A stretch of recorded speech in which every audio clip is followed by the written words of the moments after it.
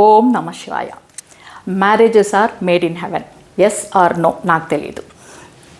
4 రోజులు కోట్లు ఖర్చు పెట్టుకొని సూపర్గా పెళ్లి చేసుకుంటున్నారు, కానీ 4 సంవత్సరాలు కూడా నిలవట్లేదు. ఎవరి వల్ల తప్పు, ఏంటి ప్రాబ్లం అనే పాయింట్కి నేను వెళ్ళదలుచుకోవాలి. బట్ బ్రేకప్ అయ్యి డివర్స్ లెవెల్కి కనుక వచ్చారంటే, ఆ టైంలో మీకు కనుక పిల్లలు ఉన్నారంటే, my humble request and sincere warning ఏంటంటే, వాళ్ళ జీవితాలతో మాత్రం ఆడుకోబాకండి. నా దగ్గర కొన్ని రోజులు, మీ దగ్గర కొన్ని రోజులు అని చెప్పి అనుకునే దానికి బదులు ఏ ఈగోస్ లేకుండా, ఏ పట్టింపులు లేకుండా పిల్లల్ని నిజంగా మీరు ప్రేమిస్తే ఎవరు ఇష్టమో వాళ్ళ దగ్గర పంపించేసేయండి.